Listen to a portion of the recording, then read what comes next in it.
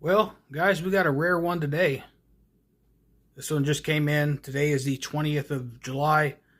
It just came in today. And right now we're going to jump to the unboxing because I did think to film that. So we're going to jump to that right now. So we're going to do this unboxing now. Sorry if I sound a little bit out of breath. I ended up having to go around the block to my neighbor's house because apparently my post office postman driver apparently is illiterate and can't tell the difference between a street and a terrace. Doesn't know which block to put the package on. So, but all I did was undo the tape. I have no idea how it's been packaged. I have no idea what order I'm going to be pulling stuff out of. So this is right here. This is the... Okay. So I did ask for the original strap, and that's what I have here. Yeah. So that's the original strap. It does say Fandu belts. If you're a leather guy, you know what kind of strap this is just by looking at it. So there's that. This is a rare one. This is something you don't see every day. Now, what I was told, there's a guy, I'm going to give him a shout out because he's actually kind of the reason I started this channel. He kind of threw the idea at me, hey man, you got to start showing off some of your belts. Because we were going back and forth on his comment section for one of his videos. I told him the belts I had coming in and what I'm waiting on and the ones I've already bought. Peppermill 22. He's the guy that, and I'll actually put the video up right here on the screen. The video that kind of got me to order my first winged eagle from F Club VK and start this whole obsession, affliction, whatever you want to call it. Let me grab a pair of kitchen shears. Hang on. There they are. So I could put you guys in view there. Cut this tape off. I'm always very careful about doing this. I don't want to cut the strap. I don't want to scar my plate, so I always carefully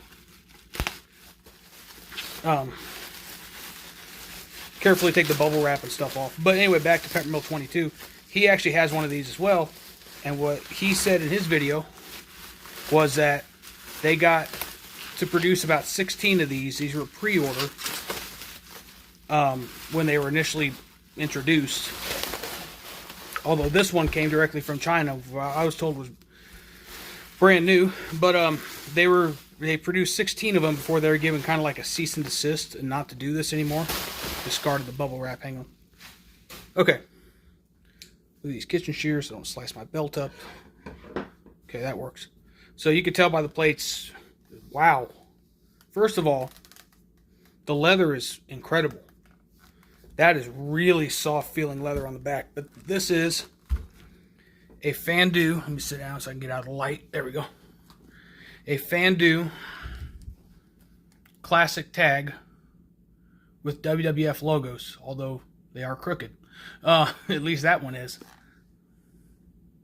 But these are rare. Usually you see these with like an FWF logo, or you see these with a crown logo at the top.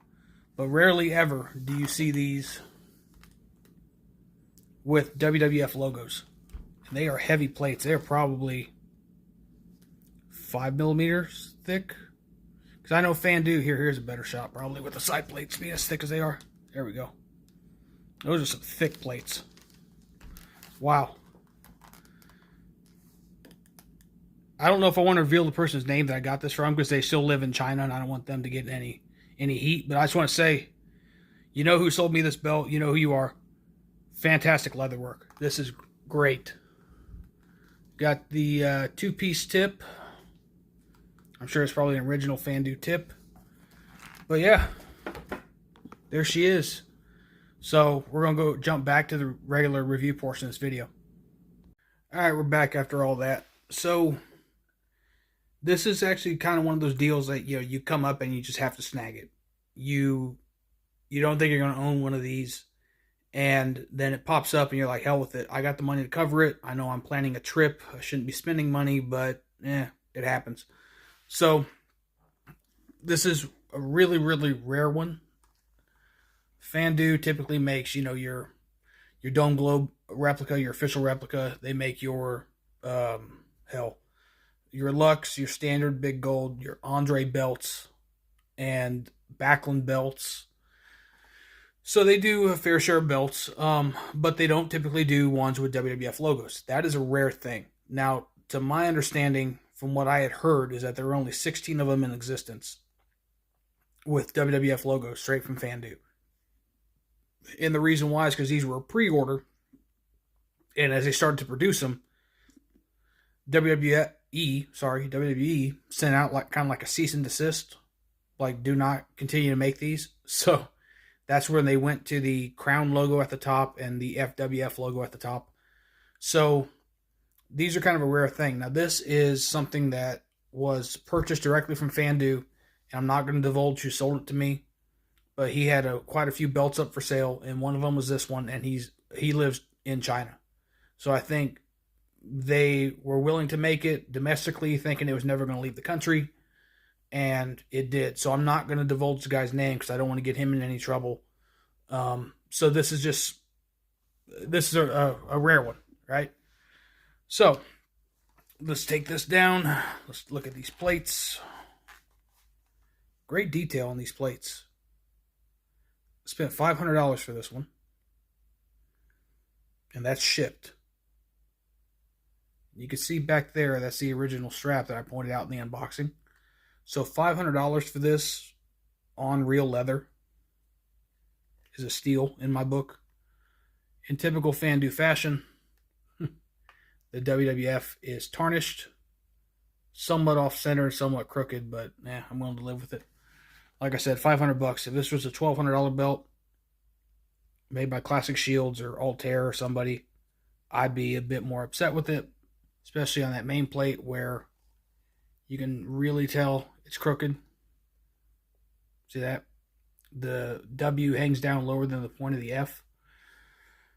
But the etching, if you want to call it that, I don't know if these are CNC made or if these are casted, but whatever you want to call it, the way they manufacture these is really nice. The detail is all there.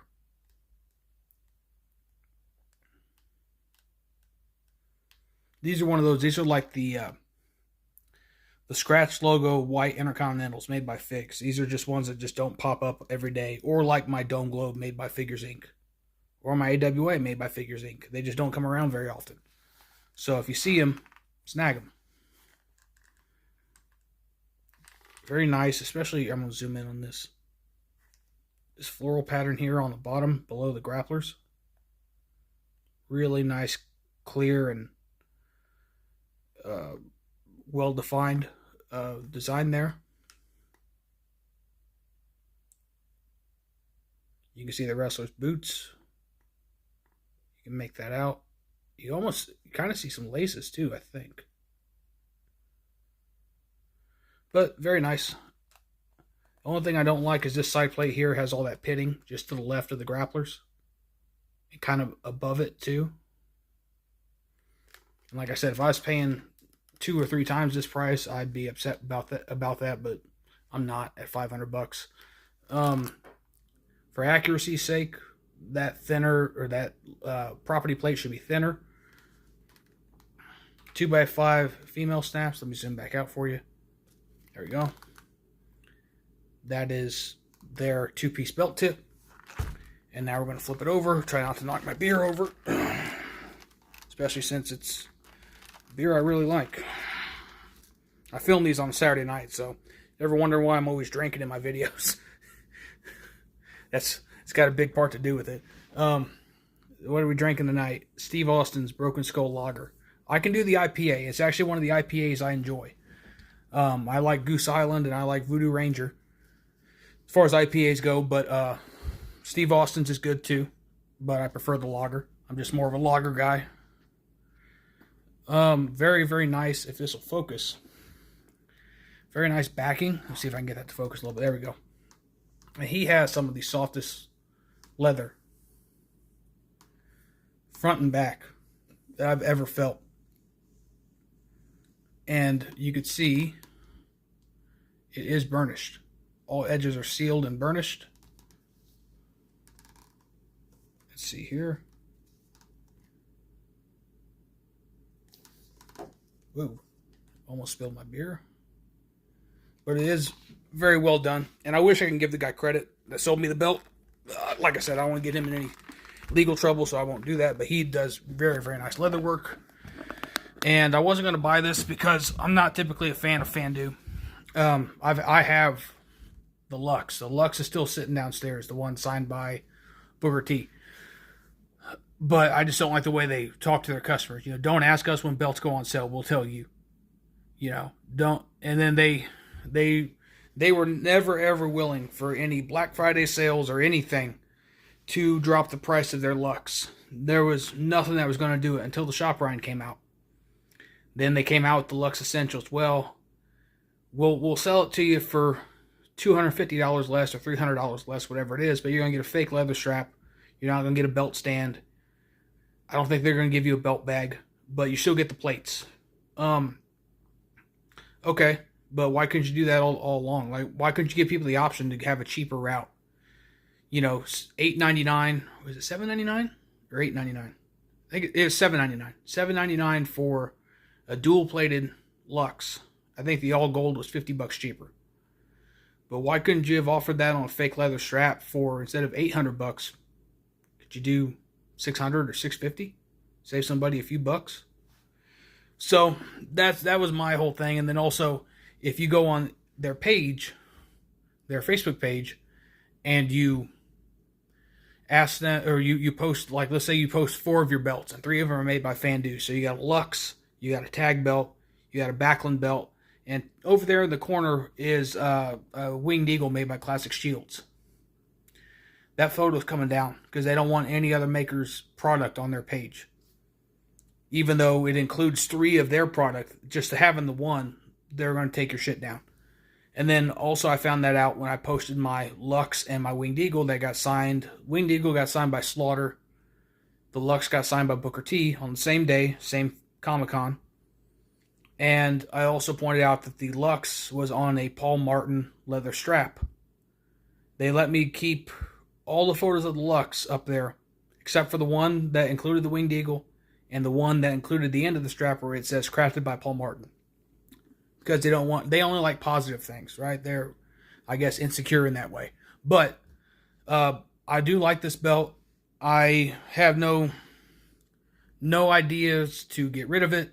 This is kind of a belt that only existed for about a year, if you think about it, because there are multiple variations of this tag belt. There's the Bulldog tag. You see Davey and Dynamite with that one. There was the dual-plated, which I've seen Demolition with that one. I've seen Tully and Arn. I've seen the Brainbusters with that one as well. And then by the time you get into the 90s, right around the time that the Winged Eagle went all gold at WrestleMania 6, dual-plated Winged Eagle went in with Hogan. It left with Warrior. And the next time you saw the Ultimate Warrior, it was an all-gold Winged Eagle. And I could find photos of Brett and Neidhart with the all gold, the Steiners with the all gold, Owen and Davey, Owen and Yoko, which is what this one is. This is the 1995 version with Owen and Yoko. And it's the same side plates. See, even when they went to the all gold, sometimes there's a side plate variation, depending on when it was. So this was a 1995 configuration. By the time it gets to Owen and Davey the following year, they'd already switched the side plates around. So, and then I think they kept it that way until they brought in the new Jamar stuff with the scratch logo and all that. Because I think right after WrestleMania 14 is when the Winged Eagle went away the next night on Raw. Big Eagle gets debuted. I think that's also when the purple Intercontinental, the oval one, gets brought out. And I think right around there is when they went to the scratch logo WWF tags. So up until then, they had been using the ones you're seeing now on the screen with Austin and Michaels, and then Austin and Mankind. No, not Mankind. Dude Love. Same guy, but you know what I mean. So that's it as far as this belt goes. We're going to do another raffle at some point. I just don't know when, and that's going to be up to you guys out there. I'm going to tell you why. Because I looked through my analytics before I started this video, and prop that up there. Okay. 75% of you guys that watch my stuff are not subscribers. And I'm trying to get north of 1,000, trying to get past 1,000 subscribers. So when I hit 1,000, we're going to raffle off another belt. And I think it's going to be a smoking skull. I think it's what I'm going to do. But I haven't 100% decided yet. So we're going to kind of play that by ear, but I think that's the route I'm leaning towards. Just because I know I can get a good SD one for right around 3.25, 350, something like that. And I can get one that is used or brand new from shop, depending on if they have them in stock. So I can do multiple videos. I can do the review on the bootleg, the review on the shop one, a comparison video, and then also announce the raffle. So I can get 4 videos out of those 2 belts. So here's the way the algorithm works. If you like certain content and you like that video and you subscribe to that person's channel, that YouTube algorithm knows to start sending more of that content your way. So if you like my stuff and subscribe to my stuff, to my channel, you will get Stephen Hammer brought your way if you aren't aware of his videos, if you aren't aware of Champions Lounge, if you aren't aware of Serge Moore, if you aren't aware of Mendoza Craft, Hazard F5 is getting his new channel up and running. If you're not aware of other people in the hobby that also do this, you might also get brought into Canuck Belts or Daniel Ripley Leather or Paul Martin. Those channels out there, it'll throw more of that stuff your way. So it benefits you in that if you like wrestling replica belt content, you will receive more of it. It benefits me because it helps my channel grow. So that's going to be up to you guys when we do that video, when we do the raffle, because that's what I'm trying to get to. So I guess you could say that's my ransom price, is I want 1,000 subscribers, and we'll raffle off another belt. I'm trying to think if there's anything else that I needed to touch on here. I don't think so. We're about to pass 700 views on my C4 versus Arosha belt video. If you haven't seen that one, check that one out. It caused quite a stir. And then the one that I just recently put out, I think everybody should watch. If you are looking to buy and sell belts within the hobby, whether that's from a maker or from the used market, how not to get scammed, little tips and tricks that I've noticed and kind of put in the back of my mind when it comes to dealing with people and buying used belts like this. That's always a good thing to keep in your back pocket. It keeps you from getting ripped off. I kept a guy from getting ripped off the other day in one of the belt pages. So I told him to insist on goods and services, and it turns out it was somebody that had stolen somebody's profile picture and the whole 9 yards and adopted the same name and pretended to be that person.